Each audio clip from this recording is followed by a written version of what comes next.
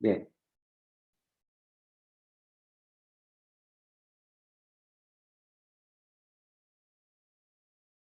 Entonces, elementos personales, arrendante y arrendatario, elementos reales, el bien dado en arrendamiento y la renta, que normalmente es dinero. Y por último tenemos el elemento formal, que es no solente. ¿Se acuerdan que nosotros las características de los contratos las habíamos visto ya a partir del artículo 1587, allá donde está la división de los contratos? Este contrato de arrendamiento, ¿será unilateral o será bilateral? ¿Será que en el contrato de arrendamiento solo una de las partes contrae obligación o ambas partes se obligan recíprocamente? ¿Qué dicen ustedes? Es bilateral porque ambas partes se obligan, Dick.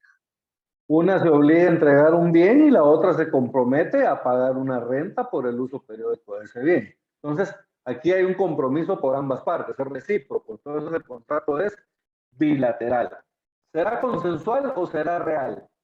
¿Será que se tiene por perfeccionado con el simple consentimiento de las partes o será necesario que se entregue la cosa arrendada y se pague la renta para que se perfeccione el contrato?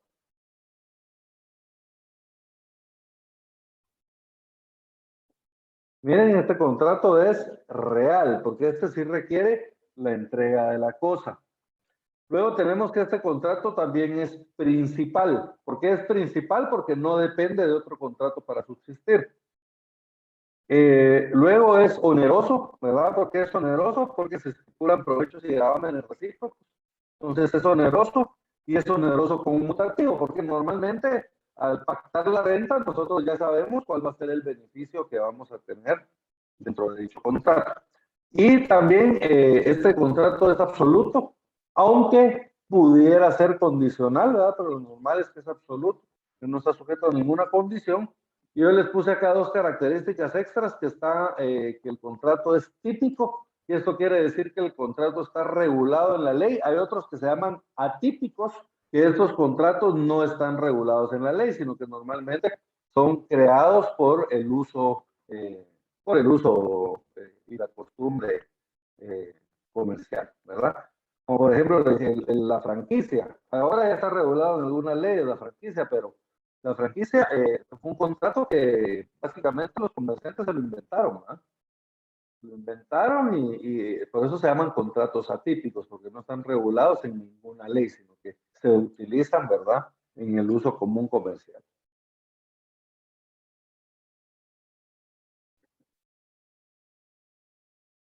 Luego tenemos que este contrato es de tracto sucesivo. ¿Por qué es de tracto sucesivo? Porque, digamos, hay otros que son de tracto único, por ejemplo, una compraventa pura y simple. Yo le compro una casa a Sarbelio por 100,000 quetzales, él me entrega la casa, yo le doy los 100,000 quetzales en un solo acto y terminó el contrato. Miren, de tracto único. Pero hay otros que son de tracto sucesivo, que quiere decir que se van cumpliendo sucesivamente o periódicamente, ¿verdad? Como es en el caso del arrendamiento. El arrendamiento se pacta por un plazo determinado, por ejemplo, 12 meses, pero nosotros pactamos que vamos a pagar la renta mensualmente, ¿sí?, por periodos de un mes. Entonces, eso es un contrato de tracto sucesivo. ¿Estamos bien? Impuestos. ¿A qué impuesto está afectado el contrato de arrendamiento? Bien, según el artículo 3, numeral 4 de la ley del impuesto al valor agregado, que es el decreto 27.192 del Congreso de la República, el contrato de arrendamiento está afecto al impuesto al valor agregado, ¿verdad? O al IVA, como lo conocemos nosotros, el cual deberá pagarse mediante la factura respectiva. ¿Estamos bien? O sea, no lo tenemos que hacer constar en el contrato, sino que esto lo debe pagar el arrendante, le debe entregar una factura al arrendatario con cada una de las rentas, y en esa factura ahí se debe de pagar el IVA. ¿Estamos bien? Entonces está afecto al impuesto al valor agregado o IVA. ¿Estamos bien?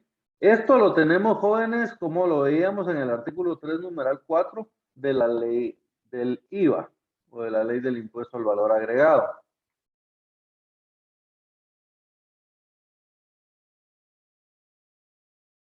Acá establece en el artículo 3 del hecho generador. Y si nosotros nos vamos al numeral 4, ustedes pueden ver el numeral 4, el arrendamiento de bienes muebles e inmuebles. Entonces, todos los contratos de arrendamiento, jóvenes, están sujetos al pago del impuesto al valor agregado. ¿Estamos bien?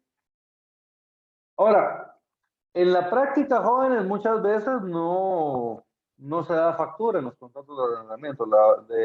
Normalmente, cuando son contratos de arrendamiento entre particulares, pues no, es muy raro que se den factura. Ahora, cuando el arrendamiento, por ejemplo, es de locales comerciales, están en un centro comercial, ahí normalmente sí se les extiende su factura con la renta y se paga el IVA respectivo mediante la factura, ¿verdad? Lo mismo cuando se arrendan casas mediante inmobiliarios. Pero cuando se realiza entre particulares... Sí, perdone. Disculpe, Lick. Solo pensaba si en el caso cuando es renta de un local comercial, como usted bien decía, con factura, no hay una doble tributación, ya que en el contrato se pagó IVA. Es que en el contrato no se paga el IVA se debe pagar en la factura. ¿Verdad? El IVA se debe pagar en la factura. Usted hace el contrato y ya le tiene su testimonio y listo, ¿verdad? Y en la factura mensualmente es que se tiene que ir pagando el IVA con cada una de las rentas. Sí, es que le había entendido que el contrato estaba supuesto al pago del IVA, según el artículo 3 que dijo, pero sí, es solo la factura, gracias. Sí, lo que pasa, está afecto, pero lo vamos a pagar mensualmente o por los periodos, ¿verdad? Con el pago de cada uno de los periodos. Yo le digo mensualmente porque normalmente pactamos, digamos, cuando se trata de bienes inmuebles, pactamos pagos mensuales, pero pudiera ser que la renta tenga periodos de pago trimestrales, semestrales o anuales. Entonces, con cada periodo de pago se debe extender la factura respectiva y en esa factura se debe pagar el IVA de ese periodo, ¿verdad? ¿Estamos bien? Sí, gracias, Lick. Muy amable. Perfecto.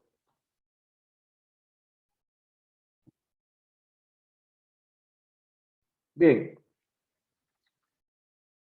En el contrato de arrendamiento, jóvenes, básicamente se puede arrendar cualquier clase de bienes o cualquier tipo de bienes, pero vamos a manejarlo como un contrato de arrendamiento de bien inmueble, que es uno de los contratos más comunes que ustedes van a hacer dentro del ejercicio profesional. En el contrato de arrendamiento, básicamente la parte del encabezado va a ser exactamente igual que todos los demás contratos. Recordemos, ¿verdad? El contrato va a tener siempre un número de orden de escritura, ¿verdad? Que este es correlativo. La primera escritura que ustedes hacen es la número 1, la segunda la número 2 y así sucesivamente, ¿verdad? Entonces supongamos que esa escritura es la número 32. Entonces le ponemos ahí en números 32. Le pueden poner si quieren número 32, no hay ningún problema. Le pueden poner solo 32 en letras. Y si quieren ustedes entre paréntesis, se lo pueden poner en números, 32 en números, ¿verdad? Siempre tienen que coincidir en letras y en lo que está escrito en letras y en números. Luego, lugar y fecha. En la ciudad de Guatemala, el día 31 de octubre de 2021. Luego normalmente ponemos ante mí, algo que vamos a hacer constar que todo lo que vamos a decidir en este momento está pasando en la presencia del notario. Ante mí, Otto Guillermo Amado Halliday, notario. ¿Estamos bien? Comparecen. Por una parte, el señor Javier Alexander Romero del Valle, de 43 años, soltero, guatemalteco, abogado y notario de este domicilio, quien es del anterior conocimiento del notario, a quien en el presente instrumento se le denomina el arrendante o la parte arrendante, como ustedes lo quieran poner, ¿verdad? Esto nos va a permitir que cuando nos refiramos a esta persona dentro del contrato ya no es necesario volver a poner todo su nombre, sino que nos podemos referir a él como el arrendatario. ¿Estamos bien? Y luego vamos a hacer comparecer a la otra parte. Si fueran varios los arrendantes, entonces aquí por una parte comparece el señor Javier con sus datos, el señor Juan con sus datos y el señor José con sus datos. Y todos ellos forman la parte arrendante, ¿verdad? Lo mismo si fueran varios arrendatarios. En la parte arrendataria describimos a todos los arrendatarios, ¿verdad? Entonces no importa si son uno o son tres, pero ahí los tenemos que ir describiendo a cada uno en la parte en que le corresponde.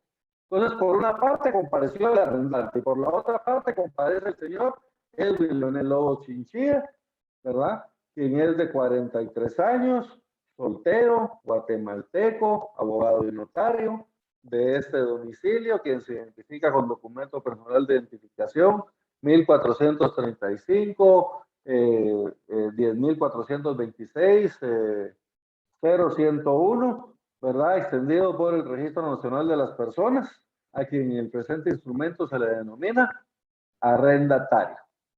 Si hubiera un fiador, entonces lo tenemos que hacer comparecer inmediatamente después del arrendatario. ¿Por qué después del arrendatario? Porque ellos forman una misma parte, digamos. El arrendatario es el que está contrayendo la obligación y el fiador es el que va a garantizar el cumplimiento de la obligación por parte del arrendatario. Entonces ellos forman una misma parte. Entonces, y comparecemos, y comparece el señor y ponemos el nombre y los datos de la persona a quien en el presente instrumento se le denominará o se le denomina el fiador. ¿Estamos bien? Ahora es muy común que en los contratos de arrendamiento se solicite un fiador. Antes, digamos, se pedía la garantía del depósito, por ejemplo, pero ahora aparte del depósito es muy común que las personas pidan también un fiador, ¿verdad? Para hacer, pues, esta vez es pues, un poquito difícil con los inquilinos, ¿verdad? No, como hay muy buenos inquilinos, hay otros que no mucho, ¿verdad? Entonces, lo mejor es cuidarse, ¿verdad? Para tener cómo le paguen a uno la renta en caso de que el arrendatario no lo haga. Entonces, ya que describimos a las personas, vamos a indicar que ellos manifiestan que se encuentran en el libre ejercicio de sus derechos civiles y de los datos de identificación antes consignados. Vamos a hacer constar esa declaración por parte de ellos y luego vamos a manifestar de que ellos nos están indicando que comparecen a otorgar contrato de arrendamiento de bien inmueble. ¿Estamos bien? Entonces, cuando terminan de comparecer, me manifiestan los otorgantes que son de los datos de identificación antes consignados y que se encuentran en el libre ejercicio de sus derechos civiles y que comparecen a otorgar contrato de compra-venta, contrato de arrendamiento de bien inmueble, de acuerdo a las siguientes cláusulas escriturarias. O si quieren, de acuerdo a las siguientes cláusulas, nada más.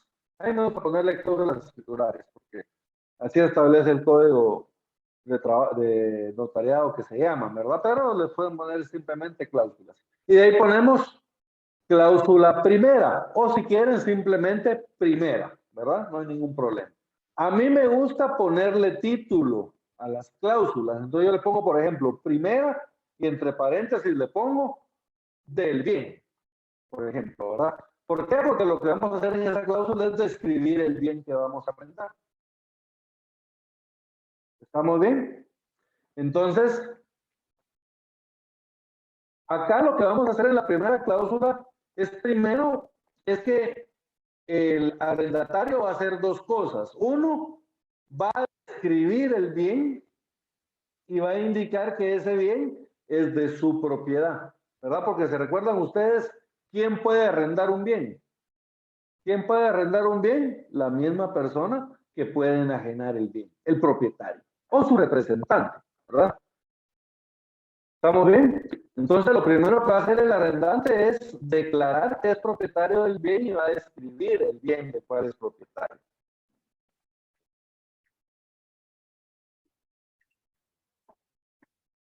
¿Qué es lo que va a describir? Bueno, Acá depende, jóvenes, depende mucho de su cliente. Normalmente lo que se describe es de qué tipo de bien se trata y dónde está ubicado el bien, ¿va? O sea, si es un apartamento, si es una casa, si es un local comercial y la dirección del bien. Ahora, hay algunas personas, por ejemplo, que nos piden que detallemos el bien, por ejemplo, Lick, que es eso le una iba a preguntar. casa. ¿Sí, Omar? Lick, disculpe. Eso le iba a preguntar. ¿El bien se debe de detallar o solo si lo solicitan? Miren, depende. Lo normal es que se pone el número, la dirección del bien, ¿verdad? Y se describe el bien. Ahora, cuando nosotros vamos a inscribir el bien en el registro de la propiedad, del contrato de arrendamiento, ¿por qué lo tendríamos que inscribir? ¿Se recuerdan? Porque es mayor de 3 años o porque se va a pagar una renta anticipada por más de 1 año. Entonces, en esos casos se debe inscribir en el registro de la propiedad. Entonces, en ese caso tendríamos que detallar también cuál es el número de finca, folio y libro, ¿verdad? Con el que está inscrito el bien en el registro de la propiedad. ¿Verdad? Pero lo normal es que describimos la dirección del bien, dónde está ubicado el bien, ¿verdad? Ahora, hay algunas personas que nos piden, por ejemplo, mire, yo quiero que nos detalle el bien. Entonces, por ejemplo, es una casa, ponemos la dirección, ¿verdad? Que consiste en una casa de 2 niveles, la cual tiene muebles de cocina, tiene lavandería, tiene cuarto de servicio, tiene 3 dormitorios, cada dormitorio con su baño, ¿verdad? Tiene un baño compartido en el segundo nivel y otro en el primer nivel, tiene un cuarto principal con walk-in closet y su baño privado. Describir básicamente todo el bien. Hay algunos que incluso nos piden describir determinados bienes muebles que se encuentran dentro del bien. Yo acabo de realizar un contrato de arrendamiento y la persona que lo está arrendando lo arrenda con ciertos muebles. Por ejemplo, tiene todo lo que es línea blanca. Refrigeradora, estufa, yo creo que hay un horno de microondas, lavadora, secadora, muebles de sala, comedor. Entonces, está amueblada, ¿verdad? La persona que llega a vivir ahí ya solo llega a instalarse, ¿verdad? Ya tiene todos los muebles básicos necesarios.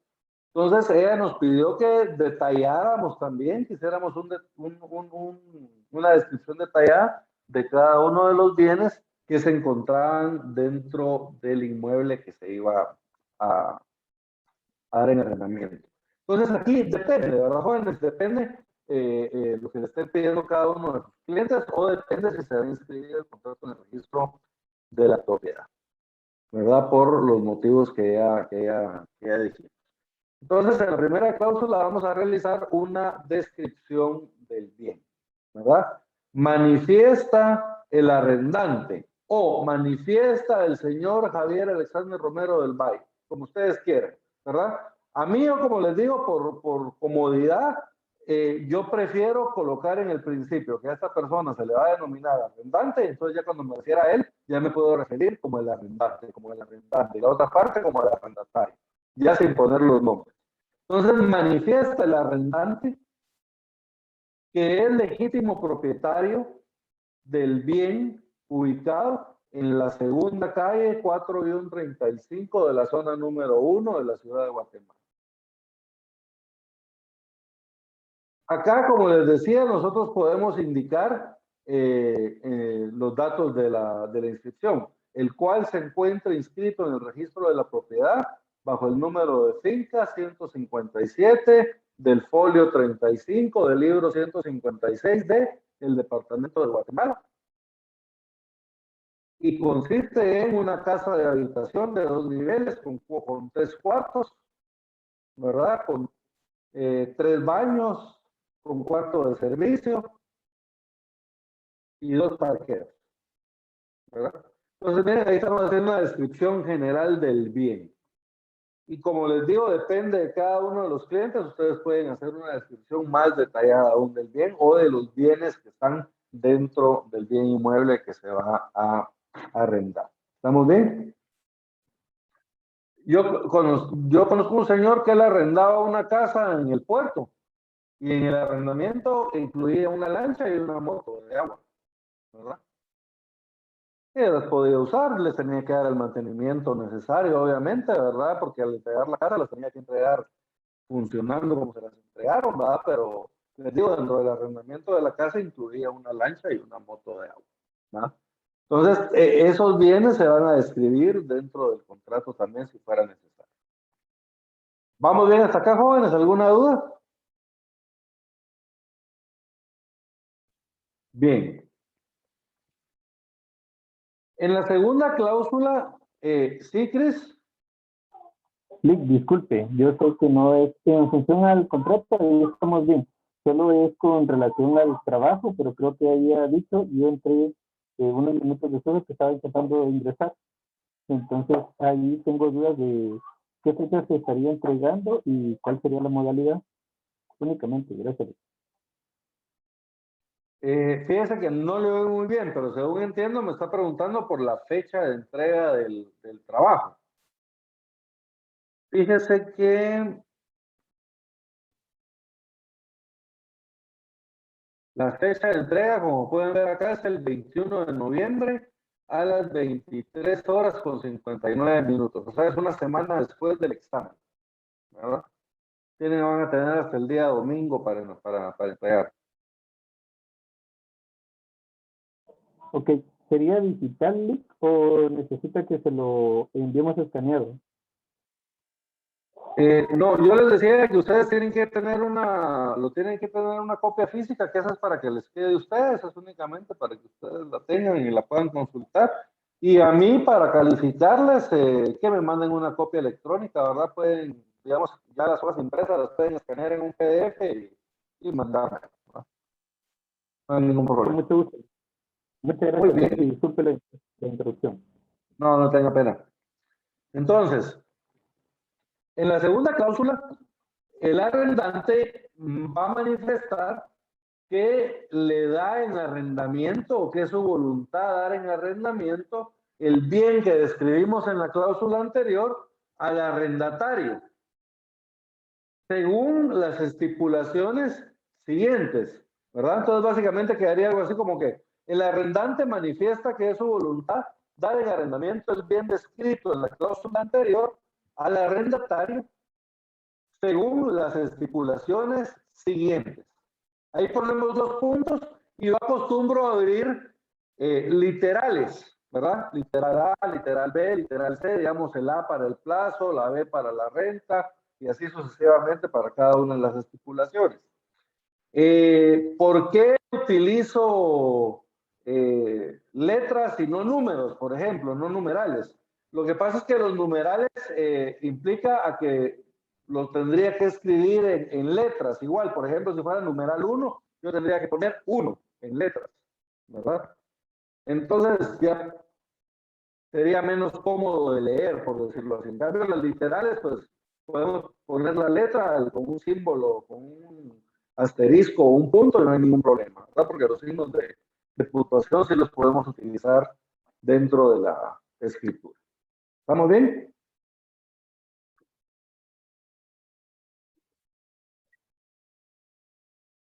Entonces, manifiesta el arrendante que es su voluntad dar en arrendamiento el bien descrito en la cláusula anterior al arrendatario según las estipulaciones siguientes. Estas jóvenes muchos les llaman condiciones, pero no, la forma correcta de llamarlas son estipulaciones, ¿verdad? Todo lo que vas a regular dentro de un contrato, eso se llama estipulación, porque se recuerdan que es una condición es un acontecimiento futuro e incierto del cual depende el cumplimiento de una obligación, un negocio jurídico condicional. Entonces, en este caso les vamos a llamar estipulaciones. La primera estipulación que vamos a colocar va a ser el plazo, ¿verdad? El plazo. ¿Se acuerdan qué es el plazo? El plazo es aquel acontecimiento futuro, pero cierto, del cual depende el cumplimiento de una obligación. Entonces, aquí nos vamos a indicar nosotros cuál es el plazo de duración del contrato. Cuando se trata de bienes inmuebles, lo normal es de que el plazo del contrato se haga por periodos de 12 meses o por periodos de un año, ¿verdad? Aunque hay excepciones, ¿verdad? Pueden ser por 3 años, yo he visto contratos por 10 años, ¿verdad? Por 12 años, por 15 años. Entonces, pero lo normal es que sean periodos de un año, pero depende de lo que pacten con el cliente. Entonces, digamos, sería A, el presente contrato tendrá un plazo de duración de 12 meses, contados a partir de la fecha del presente contrato. Y algunos todavía le agregan, y en consecuencia terminará él y le pone la fecha de terminación del contrato, ¿verdad? ¿Estamos bien? Entonces la primera estipulación sería el plazo. La segunda estipulación, digamos B, sería la renta. A mí me gusta irles, como les digo, me gusta irles poniendo título. Entonces yo le pongo A, plazo, 2 puntos. El presente contrato tendrá un plazo de duración de 1 año o de 12 meses contados a partir de la fecha del presente contrato. B, renta. O de la renta, si quieren, como ustedes quieran. 2 puntos. En el presente contrato se pacta una renta de 3,000 quetzales mensuales, ¿verdad? La renta se deberá de pagar por periodos mensuales y se pagará por adelantado en los primeros 5 días del mes, de cada mes calendario. Y vamos a indicar de una vez también el lugar de pago, ¿verdad? Y realizará el pago en la casa de habitación del arrendante, la cual es conocida por el arrendatario. O pueden poner, se pagará en la casa del arrendatario o en el lugar del arrendamiento, en el lugar donde está realizando el arrendamiento. O pueden poner ustedes también de que se vaya a realizar mediante el depósito de una cuenta de banco y ponen de una vez ahí el número de la cuenta de banco, como lo pacten sus clientes. Entonces la idea es colocar la renta, de cuánto va a ser la renta, cuál va a ser el periodo, ¿verdad? Que se va a pagar esa renta y el lugar en donde se debe de pagar la renta. Y la fecha también, normalmente se acostumbra a que la renta se paga por adelantado, entonces pero hay que ponerlo en el contrato, porque si no lo ponemos en el contrato, entonces por disposición de la ley, la renta se debe de pagar por periodos vencidos, ¿se recuerdan? Entonces, cuando lo vamos a hacer por periodos adelantados, lo tenemos que colocar, ¿verdad? Que se pagará por periodos adelantados en los primeros 5 días de cada mes calendario. ¿Estamos bien? Luego, en la literal C de la tácita reconducción. ¿Se recuerdan qué es la tácita reconducción, jóvenes? Es cuando una persona, digamos, se vence el contrato de arrendamiento y las partes no lo renuevan ni hacen ninguna declaración respecto a alguna renovación del contrato. Y el arrendatario le paga la renta del siguiente periodo, digamos, ya cuando el contrato venció en diciembre, digamos, y en enero el arrendatario le paga enero y en febrero le paga febrero. Y el arrendante recibe esa renta. ¿Estamos bien? Entonces, por disposición de la ley, ahí aplica lo que es la tácita reconducción, que quiere decir que al aceptar esas rentas sin haber renovado el contrato, el arrendante está aceptando que el contrato se renueve bajo las mismas condiciones, pero por tiempo indefinido. ¿Estamos bien?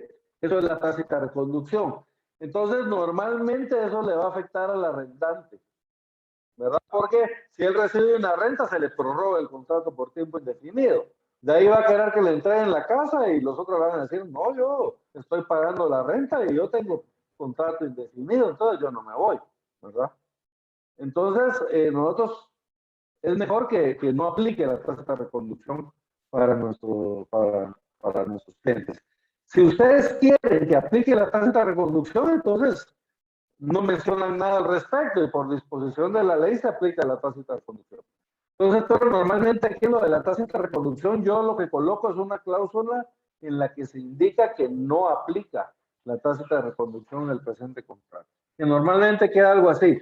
En el presente contrato no aplica lo relativo a la tácita reconducción. En consecuencia, el hecho de que el arrendante reciba una renta por parte o reciba rentas por parte del arrendatario al vencimiento del presente contrato no implica la renovación del mismo por un plazo indefinido. Entonces ahí ya expresamente estamos declarando de que no aplica la tácita reconducción. ¿Estamos bien? Luego, los servicios. En el siguiente literal pondríamos ahí los servicios.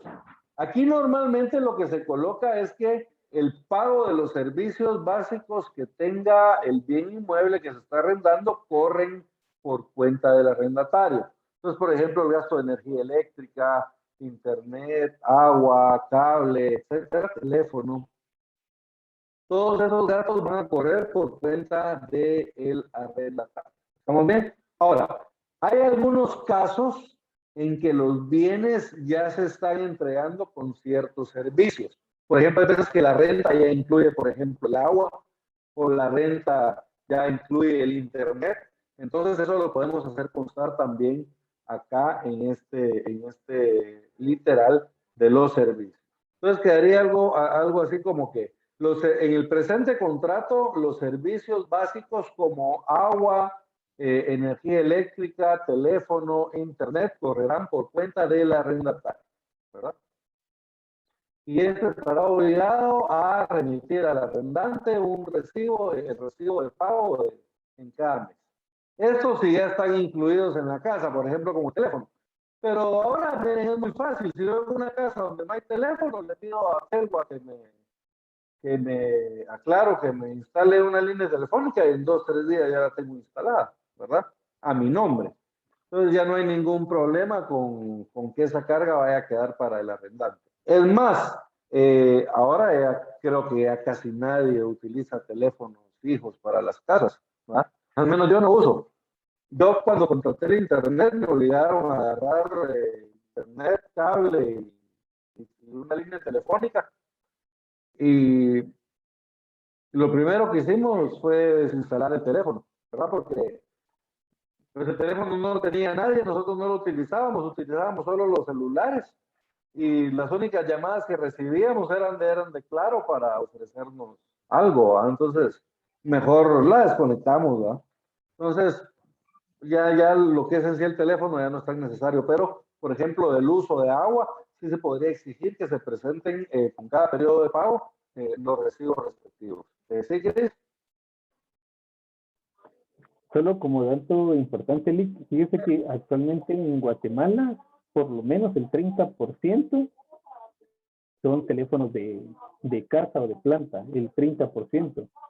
El 70% sí son de celulares, pero eso vino a diversificarse ahorita con las telefonías que han sacado diferentes propagandas, ¿verdad? En tema de celular. Pero anteriormente, si estamos remontando años atrás, se los digo, yo tuve la visibilidad de ver esos temas y estaba como en un 45-55, es decir, 45 de planta y 55 celular. Ha venido a menguar la planta, pero sí está todavía como en un 30%. Por lo menos todo el sector público utiliza plantas. Dígase, por ejemplo, como casos muy puntuales, los bomberos voluntarios, policías, todo lo que es estatal utiliza plantas. Solo es como un dato, ¿verdad? Muchas gracias. No, sí, de hecho, en la oficina nosotros sí utilizamos teléfonos de línea, digamos, ¿no? Tanto en la oficina en el Estado como en la oficina particular utilizamos teléfonos de línea aún, ¿verdad? Ahora aquí en la casa es que no utilizamos teléfonos de línea, sino utilizamos cada quien su celular, ¿verdad? Pero sí es cierto, todavía se utilizan muchos teléfonos de línea, pero si se dan cuenta de que va creciendo cada vez más el uso de los celulares. Lo que pasa es que hay cuestiones que es más versátil hacerlo en los teléfonos de línea, ¿verdad? Que por medio del celular. Pero sí el celular ya va ganando mucho terreno, ¿verdad? Porque básicamente ya llamarle celulares es más que todo por costumbre, ¿verdad, jóvenes? Porque la tecnología celular ya quedó atrás hace tiempo. Ahora ya son smartphones, ¿verdad? Son teléfonos inteligentes. Es básicamente como que tuviéramos una computadora dentro del teléfono, ¿no? Que puede hacer prácticamente de todo, ¿no? Entonces son muy versátiles. Pero regresando al contrato, entonces aquí vamos a describir los servicios, ya sea indicar que los servicios van a correr a cuenta del arrendatario, o si hay algunos servicios que ya están incluidos dentro de la renta, lo vamos a hacer constar acá también.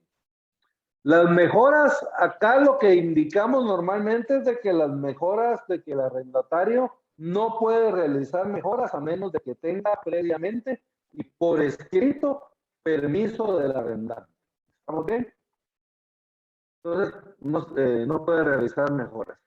El depósito es una cantidad de dinero que se le otorga al arrendante y que este se compromete a devolverla, pero después de verificar que el bien que le están entregando, que está en arrendamiento, que le están devolviendo, digamos, está en buen estado y que no tiene, digamos, más deterioro que el uso normal del bien, ¿verdad? Entonces, si no hay cuestiones que arreglar, debe devolver el depósito. ¿Estamos bien? Básicamente, eso es lo que se establece en este literal del depósito. Entonces, el arrendatario entrega en calidad de depósito al arrendante la cantidad de, normalmente el depósito es una renta. Digamos, nosotros pagamos una renta de 3.500 quetzales, el depósito va a ser de 3.500 quetzales. Eso es lo normal. Yo he visto algunos contratos que incluso el depósito es el doble o el triple de la renta. Si las partes lo aceptan, pues no hay ningún problema, ¿verdad? Entonces, pero lo normal es de que es una renta, la cantidad equivalente a una renta. Entonces, el arrendatario entrega en este acto al arrendante en calidad de depósito la cantidad de 3.500 quetzales, la cual será devuelta al arrendatario después después de verificar que a la entrega del bien este se encuentra en condiciones de habitabilidad y no tenga más deterioro que el del uso normal del mismo. Entonces, ¿qué quiere decir esto? Que si el bien tiene algún deterioro, alguna reparación que hacer, que vaya más allá de las reparaciones normales. Por ejemplo, la pintura de la casa es normal que se ensucie, ¿verdad? Normal que se ensucie. Entonces, eso no es un deterioro de la casa, ¿verdad? Pero, por ejemplo, si nosotros encontramos el lavamanos partido a la mitad, por ejemplo, ¿verdad? O encontramos las puertas del baño trabadas, que ya no se pueden cerrar y abrir. Entonces, en ese caso, sí habría que hacer reparaciones. Entonces, ¿de dónde las repararíamos? Pues del depósito, ¿verdad? Y si nos gastamos el depósito en reparaciones, pues obviamente no le devolveríamos nada al arrendatario. Luego, la garantía. ¿Se acuerdan que yo les decía de que aparte del depósito ahora se acostumbra a garantizar la obligación de otra forma? Acá podríamos utilizar cualquier tipo de garantía, ¿verdad? Pero no es muy normal que se utilice, por ejemplo, una garantía hipotecaria para garantizar un arrendamiento. Pero sí es más normal en el uso que se lleve a cabo un fiador. Entonces, si fuera el caso, aquí es donde vamos a constituir la garantía fiduciaria. Entonces, garantía, le podríamos poner de título garantía o le podríamos poner del fiador, ¿no? Manifiesta el fiador, o podemos poner el nombre del fiador si quieren. Manifiesta el fiador que es su voluntad garantizar el cumplimiento de la obligación por parte del arrendatario, comprometiéndose a pagar la obligación en caso de que el arrendatario no lo haga. ¿Estamos bien? Él lo tiene que manifestar expresamente.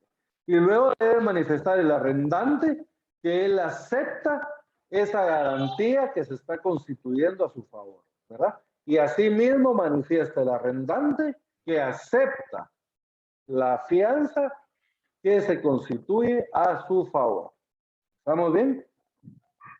Entonces, miren, tenemos la garantía fiduciaria o el fiador. Y luego les coloqué ahí la insolvencia. ¿Qué pasa en caso de insolvencia? Insolvencia es cuando el arrendatario deja de pagar el arrendamiento.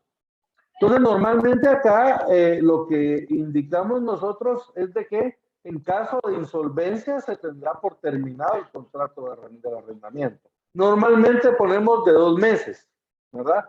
Si el arrendatario no cumple con el pago de la renta por 2 meses consecutivos, se tendrá por terminado el presente contrato. ¿Estamos bien? Y luego acá, normalmente va a implicar demandar al arrendatario para que pague las rentas del contrato y para que lo desocupe, ¿verdad? Entonces, vamos a indicar acá de una vez que manifiestan las partes que renuncian al fuero de su domicilio y se someten al del departamento de Guatemala, por ejemplo. O si el bien está en Escuintla, que se someten a los tribunales de Escuintla. O por ejemplo, tal vez el bien está en Escuintla, pero nosotros queremos llevar el proceso aquí en Guatemala, podemos someternos al tribunal de aquí de Guatemala, ¿verdad? Ese es el famoso pacto de sumisión.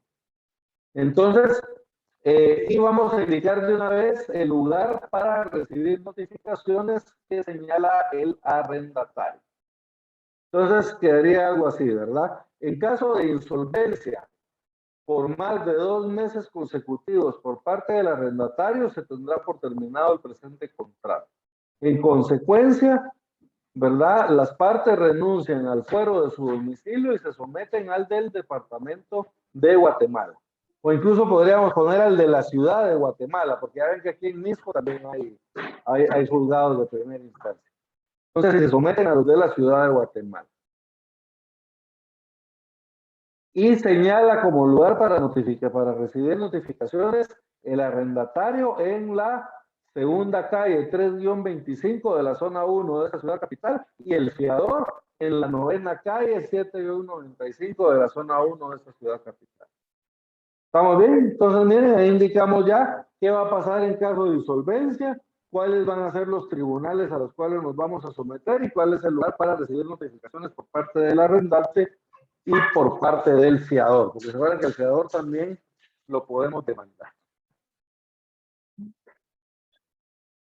¿Cómo bien hasta acá, jóvenes? En la tercera cláusula acostumbramos a ponerle las prohibiciones. Acá, al igual que con las estipulaciones, jóvenes, yo les puse aquí un listado de algunas estipulaciones que se acostumbran a poner, pero puede ser de que con determinado cliente, o depende de cada uno de los clientes con los que ustedes van haciendo los procesos de arrendamiento, estas pueden ampliarse o puedan reducirse, ¿verdad? Lo mismo pasa con las prohibiciones. Yo les puse aquí algunos ejemplos de algunas prohibiciones que son las más comunes dentro de los contratos. Pero depende de cada cliente. Yo tenía un cliente, por ejemplo, que él les ponía como 20 prohibiciones diferentes en el contrato. Hay algunos que ponen 2 o 3. Entonces depende, ¿verdad? Entonces yo normalmente en la cláusula vamos a poner las prohibiciones, que es lo que el arrendatario no puede hacer. Entonces, tercera, prohibiciones. En el presente contrato, el arrendatario tendrá prohibido lo siguiente. A. Tener mascotas dentro del bien. B. Tener sustancias alitrosas, corrosivas y explosivas. C. ¿Verdad? En el presente bien no pueden habitar más de 5 personas. D. No se pueden realizar fiestas después de las 9 de la noche. No se puede utilizar el bien para fin comercial, por ejemplo. No puedo poner un restaurante, una tienda, digamos, en el bien. Tengo que usar exclusivamente para vivienda. Y así, ustedes pueden ir colocando una serie de prohibiciones según las necesidades de su cliente. Yo, como les digo, tenía este cliente que era unos locales comerciales en Escuintla, que él ponía un montón de prohibiciones, eran más de 20 prohibiciones las que ponía. Yo sentía que no me iba a alcanzar el alfabeto para tanta prohibición, ¿verdad? Entonces eran un montón de prohibiciones. Pero depende lo que cada uno de sus clientes vaya indicando. Y en la cuarta cláusula vamos a poner una aceptación general de las partes, ¿verdad? Entonces, ambas partes aceptan el contenido íntegro del presente contrato. O pueden ustedes poner, manifiestan los otorgantes que aceptan el contenido íntegro del presente contrato. O manifiestan los comparecientes que aceptan el contenido íntegro del presente contrato. Por cierto, ya que les menciono a los comparecientes y a los otorgantes, ¿ustedes saben qué diferencia hay entre parte, otorgante y compareciente? Porque muchas veces nos vamos a referir así a las personas que están dentro del contrato. Entonces tenemos que saber cuándo utilizar cada uno de los términos.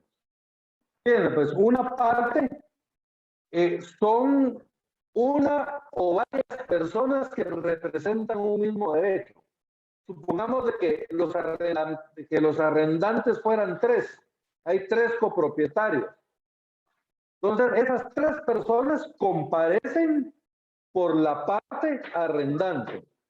Y hay una persona, que es la persona que está arrendando, el arrendatario. Él es la parte arrendataria. Aquí pudiera ser que fueran 2 o 3 arrendatarios, ¿verdad? Entonces podrían haber 3 personas en la parte arrendante y 3 personas en la parte arrendataria. ¿Se acuerdan el fiador? El fiador, él va a garantizar a una de las partes. ¿Qué parte va a garantizar el fiador? Al arrendatario. Entonces el fiador, miren, aunque lo que él va a hacer es otorgar otra cosa, otorgar una garantía, él forma parte de la parte también, está del lado del arrendatario, por decirlo así. ¿Estamos bien? Entonces una parte es la persona o grupos de personas que representan un mismo derecho dentro del contrato. Eso es una parte. ¿Estamos bien? Parte arrendataria, parte arrendante, parte vendedora, parte compradora, parte mandante, parte mandataria. ¿Estamos bien? Entonces siempre dentro de los contratos puede haber partes que representen un mismo derecho. ¿Estamos bien? Los compradores igual puede ser 1 o puede ser 2, ¿verdad? Si son 2, estos 2 son una misma parte, miren, porque representan un mismo derecho, la parte que está comprando. ¿Estamos bien? Cris, ¿alguna duda?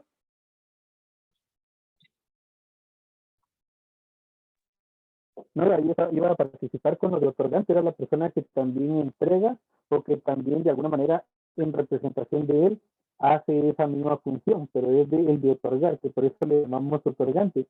Y en el caso de las partes, yo lo iba a definir como los dos estratos, ¿verdad? Uno que era el que recibe, el otro el que da, haciendo función a que el que entrega, el otorgante, es el que es el arrendatario, y el que recibe, pues es el arrendante. Es esa misma disolución, pero ya Marcel pues, nos hizo un favor de explicar. Solo era para participar, que estoy al pendiente de la... Ok, entonces, luego tenemos al otorgante. El otorgante, fíjense, pues el otorgante es aquella persona que otorga un derecho dentro del contrato. ¿Ok? Los otorgantes. ¿Quiénes serían los otorgantes? El arrendante y el arrendatario. Ellos son los otorgantes. El fiador, él lo que está haciendo es garantizar el cumplimiento de la obligación que está otorgando aquel, ¿verdad? Entonces él es compareciente, él está compareciendo dentro de la escritura, pero no es el otorgante del contrato principal. ¿Estamos bien? Lo mismo que si comparecen, por ejemplo, un traductor. Por ejemplo, un traductor o un intérprete. Él es compareciente dentro de la escritura, pero no es otorgante, porque no está otorgando un derecho. Entonces, ven la diferencia entre el otorgante y el compareciente, ¿verdad? Los otorgantes son comparecientes, pero no todos los comparecientes son otorgantes. ¿Quedó claro esto, jóvenes? Entonces, miren, parte, el que representa, los que representan un mismo derecho, persona o grupo de personas que representan un mismo derecho. Luego tenemos al otorgante, que son las personas que otorgan un derecho dentro del contrato, y los comparecientes, que son las personas que comparecen dentro del contrato. Incluso pueden estar ahí los testigos o los intérpretes. ¿Estamos bien, jóvenes? Entonces aquí podemos manifestar, ¿verdad? Que manifiestan los comparecientes que otorgan que aceptan el contenido íntegro del presente contrato. Aquí nos estamos refiriendo a todos los que comparecieron dentro del contrato. ¿Vamos bien? Lick, una pregunta. Sí, Omar. Póngale en esos contratos, póngale que usted tenga una finca, ¿va? Y usted la da alquilada a una empresa, pero esa empresa a la vez da alquilada parte de esa finca. Por decirle, donde Su está arrendamiento. Pricemar. Ajá. Eso se puede hacer, bueno, sí se puede hacer, pero siempre es a través de contratos, Lick. Mire, la regla general es de que el arrendatario puede subarrendar a menos que le esté prohibido, ¿verdad? Entonces, si nosotros no lo prohibimos, él puede subarrendar, ¿verdad? Ahora, si el bien va a ser con objeto, el objeto va a ser subarrendarlo, yo lo haría constar en el contrato, incluso las condiciones en que se puede dar en su arrendamiento, ¿verdad? Pero sí se puede hacer, sí es legal. Y como le digo, de regla general, se puede subarrendar un bien, a menos de que yo lo tenga prohibido. Gracias, Lick. Muy bien. ¿Tenemos, jóvenes, alguna duda con respecto a el contrato de arrendamiento? ¿O de cómo se realiza el contrato de arrendamiento? Si no tenemos ninguna duda, entonces vamos a pasar al siguiente contrato, que es el contrato de mutuo. En el contrato de mutuo, básicamente nosotros tenemos a los elementos personales, que son el mutuante y el mutuario. El mutuante es el que entrega el dinero, los bienes fungibles a la otra parte, ¿verdad? Y la otra parte se compromete, el mutuario se compromete a que después de un determinado tiempo le va a devolver unos bienes fungibles de la misma calidad, cantidad o especie, o una cantidad igual de dinero, más el pago de intereses. ¿Estamos bien? De los intereses que se pagaron. Entonces el mutuante es el que entrega el bien y el mutuario es el que recibe el bien y a su vez se compromete a devolverlo más el pago de unos intereses, ¿verdad? Eso es bien común. Yo tengo un negocio y necesito comprar mercadería, entonces voy, le presto dinero a una persona y me comprometo a que después de un determinado plazo, digamos 3 meses, yo se lo voy a devolver y con unos intereses. Entonces le devuelvo su dinero con sus intereses y la siguiente vez que necesito me vuelve a prestar, yo compro la mercadería, la vendo y le vuelvo a pagar y le pago sus intereses, ¿verdad? Básicamente así funciona esto de los mutuos, es un préstamo, aunque también se pueden otorgar bienes fungibles, ¿se recuerdan? Aquellos que pueden sustituirse por otros de la igual cantidad, calidad y especie. ¿Se acuerdan que yo les decía en la clase pasada? Yo le voy a dar a una persona 150 quintales de frijol. Después de un determinado tiempo, ¿qué me tiene que devolver él? 150 quintales de frijol, más el pago de los intereses pactados. ¿Estamos bien? Luego tenemos los elementos reales. Dentro de los elementos reales tenemos el dinero y tenemos los bienes fungibles, así como los intereses que se hubieran pactado dentro del contrato. Y el elemento formal es que el contrato es no solemne. ¿Qué quiere decir? Que no es necesario que lo realicemos en escritura pública como requisito esencial para su validez. Ahora, los contratos de mutuo se pueden hacer constar en documento privado, pero, por ejemplo, si se va a constituir una garantía hipotecaria, la hipoteca debe de inscribirse en el registro de la propiedad. Entonces, en este caso, tendríamos que hacerlo en escritura pública. ¿Estamos bien?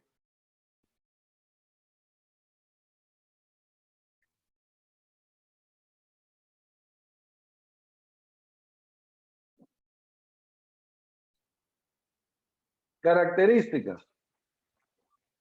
Este contrato es bilateral, ¿verdad? Porque ambas partes se obligan recíprocamente. Es real, porque se requiere la entrega de la cosa para que se perfeccione. Es principal porque no depende de otro contrato para existir. Es oneroso porque ambas partes van a recibir provechos y gravámenes recíprocamente, y es oneroso conmutativo, porque podemos saber cuánto va a ser lo que vamos a ganar o lo que vamos a perder dentro de este contrato. Aunque podría ser también oneroso aleatorio, ¿verdad? Pero lo normal es que sería un oneroso conmutativo. Y va a ser absoluto porque no está sujeto a una condición, aunque podría estar sujeto a una condición, podría ser condicional, pero lo normal es que va a ser absoluto. ¿Estamos bien?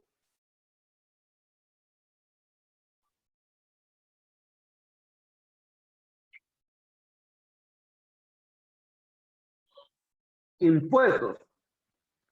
El presente contrato está exento del pago de impuestos de timbres fiscales según el artículo 11, numeral 16 y 17 de la Ley de Timbres Fiscales y papel sellado especial para protocolos. Esto es el decreto 37-92. Yo aquí lo tengo también en forma digital.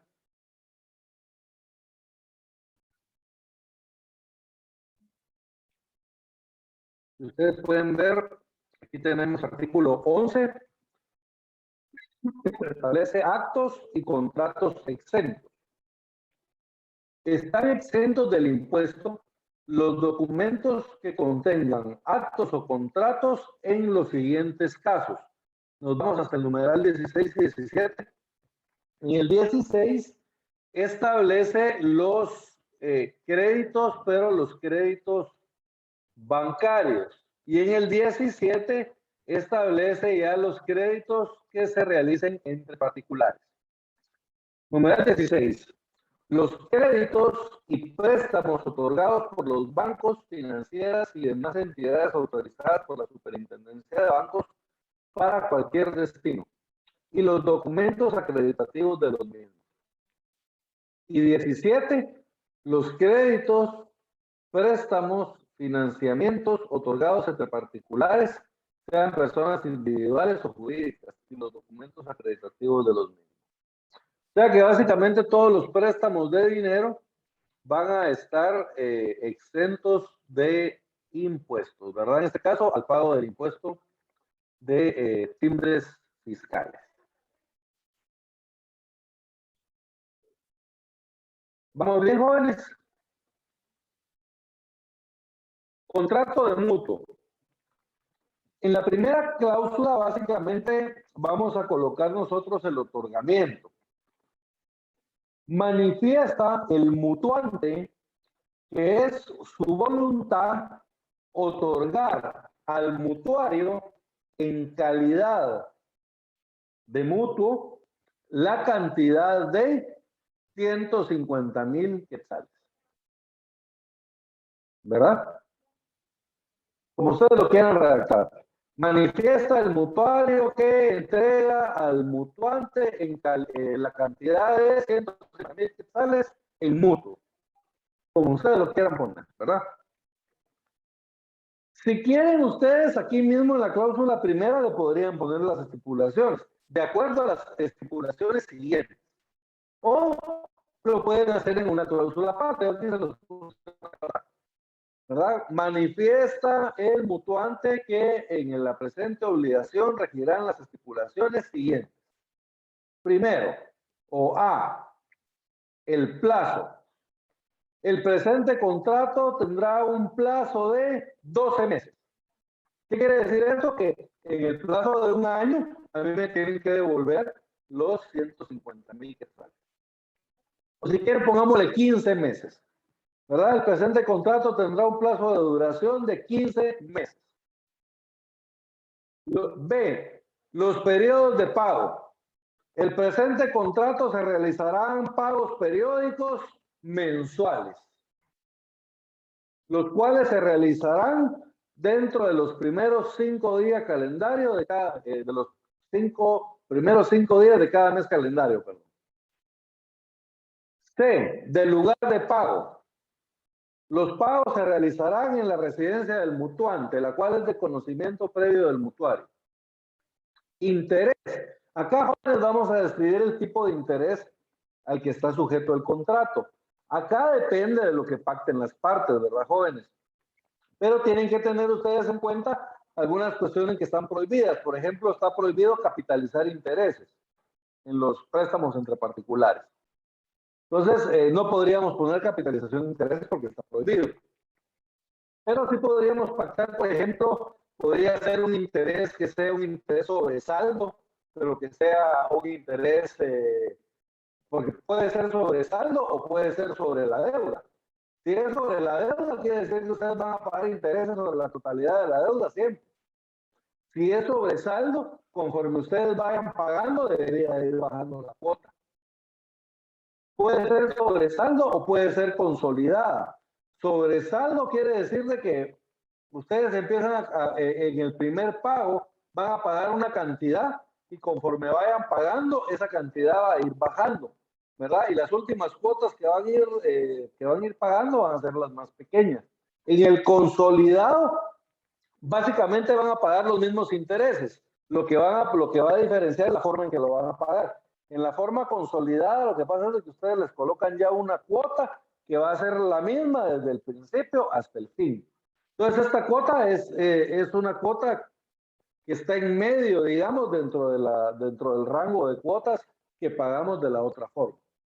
Entonces, depende, ¿verdad? Ahí depende cómo vayan pactando el interés. Pero, por ejemplo, en la presente obligación se pagará un interés del 10% anual sobre saldo, ¿verdad? Entonces, ¿qué quiere decir eso? Que con cada uno de los pagos que vamos haciendo, vamos a ir pagando una cantidad de intereses, pero ese interés va a ir bajando con cada una de las cuotas, ¿verdad? Sobre saldo. ¿Estamos bien? Siguiente literal, insolvencia. ¿Se acuerdan lo que habíamos puesto en el contrato anterior? En caso de que no se paguen 2 cuotas consecutivas del presente contrato, se tendrá por terminado el mismo y se podrá exigir la totalidad de la cantidad deudada y de los intereses. ¿Estamos bien? Y manifiestan los otorgantes que renuncian al fuero de su domicilio y se someten a los de la ciudad de Guatemala. Luego podremos pactar los intereses moratorios. Que los intereses moratorios son diferentes a los intereses pactados, porque los intereses pactados es lo que vamos a tener que pagar por el préstamo. Yo presté 100,000 quetzales a una persona y él me va a pagar el 10% de interés, 10,000 quetzales. Esos 10,000 quetzales es lo que yo voy a ganar por haber prestado el dinero. ¿Estamos bien? Ahora, el interés moratorio, este interés es un interés que se pone por incumplimiento del contrato. Entonces nosotros podemos aquí de una vez pactar ese interés moratorio. Si no lo pactamos, entonces vamos a estar al interés legal. Entonces podemos pactar acá de que en caso de insolvencia, las partes pactan el pago de intereses moratorios por el 6% de la obligación, del total de la obligación. Podría ser. ¿Verdad? Manifiesta el mutuario que señala como lugar para recibir notificaciones la segunda calle 4-86 de la zona 2 de la ciudad capital o de la ciudad de Guatemala. Cesión de derechos manifiesta el mutuante que podrá ceder los derechos del presente contrato en cualquier momento sin notificación previa al mutuario. Entonces, miren, esas son algunas de las estipulaciones que podríamos poner dentro del contrato de mutuo. Aunque de acuerdo a lo que ustedes pacten con sus clientes, estas podrían aumentarse o reducirse, ¿verdad? Según lo que ellos quieran.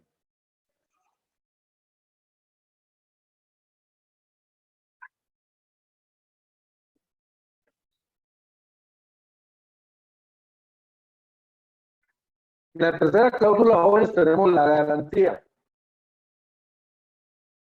Es muy normal que en los contratos de mutuo se garantice la obligación con una garantía hipotecaria. También puede ser una garantía prendaria. Por ejemplo, cuando se compran vehículos en una agencia, por ejemplo, normalmente lo que se da en garantía es el mismo vehículo, ¿verdad? Se da una prenda sobre el mismo vehículo. Pero lo normal es que va a ser garantías hipotecarias. Vamos a ver más adelante que también puede ser por medio de un fiador la constitución de la garantía. Pero manejémoslo ahorita como que es una garantía hipotecaria. Entonces, ¿quién va a otorgar la hipoteca, jóvenes? El obligado, o sea, en este caso, el mutuario, ¿verdad? El mutuario recibe 150,000 quetzales y se compromete que los va a devolver en un plazo de 1 año, más el pago de 10% de intereses. Pero para garantizar que él va a cumplir con esa obligación, constituye una garantía hipotecaria sobre un bien. ¿Estamos bien? Entonces, lo primero es describir el bien. Manifiesta el mutuario que es legítimo propietario del bien ubicado en la segunda calle 486, zona 2 de la colonia Quetzal, departamento de Escuintla, el cual está inscrito en el registro de la propiedad bajo el número de finca número 35, folio 46 del libro 155 del departamento de Escuintla. ¿Estamos bien? Entonces, miren, ahí ya nosotros describimos el bien. Tuvimos que describir también el número de finca, folio y libro, porque la hipoteca se debe inscribir en el registro de la propiedad. Luego, manifiesta o continúa manifestando el mutuario que constituye o que para garantizar el cumplimiento de la presente obligación constituye garantía hipotecaria sobre el bien antes descrito a favor del mutuante. Y asimismo declara de que el mismo se encuentra libre de gravámenes, anotaciones o limitaciones que puedan afectar los derechos del mutuante. Y luego el mutuante tiene que aceptar la hipoteca que se está constituyendo a su favor, porque la hipoteca se acepta. Y asimismo manifiesta el mutuante que acepta la hipoteca que se constituye a su favor. ¿Estamos bien?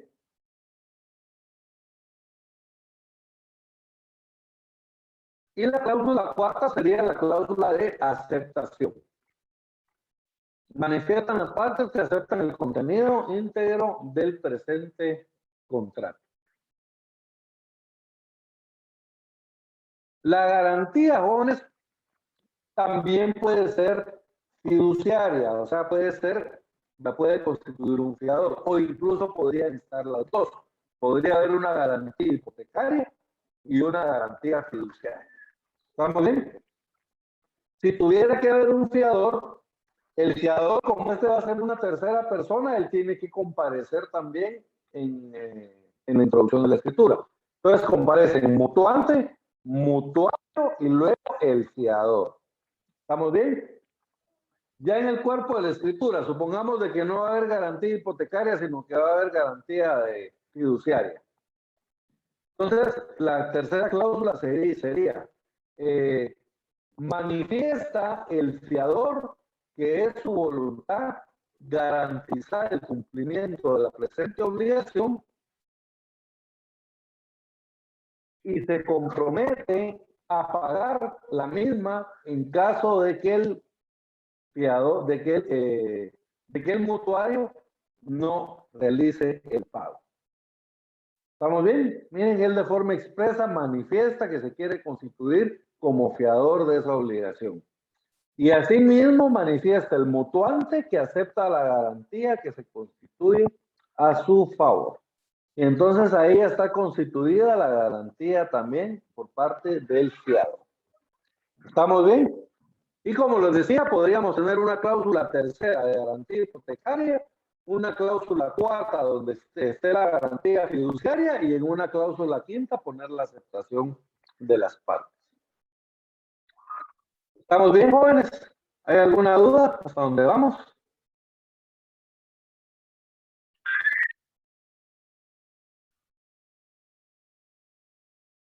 Muy bien. Entonces, básicamente, jóvenes, eso sería el contrato de arrendamiento y el contrato de mutuo. En la siguiente clase vamos a ver el último contrato, que es el contrato de promesa.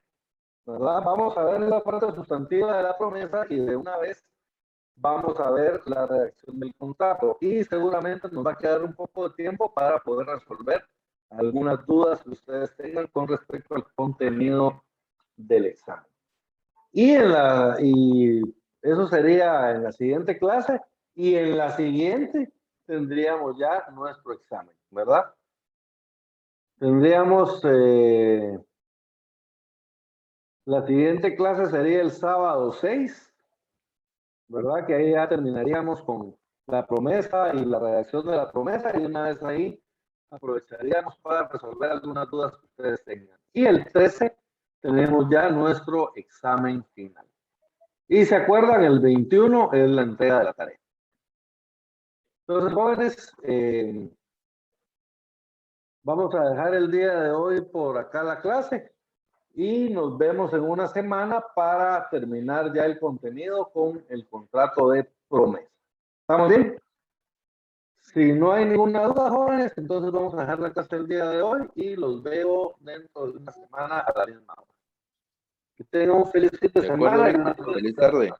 Gracias, muy amable. Nos vemos, que les vaya bien. Se me cuidan Lick, mucho. una pregunta, el link de la asistencia. Si me permiten, ahorita se los voy a... ¿Lo envía por compartir. Classroom o lo va a enviar por este medio? Ahorita los días se los envié en el chat. Gracias, Lick. Feliz tarde, Gracias, Lick. compañeros. Feliz tarde.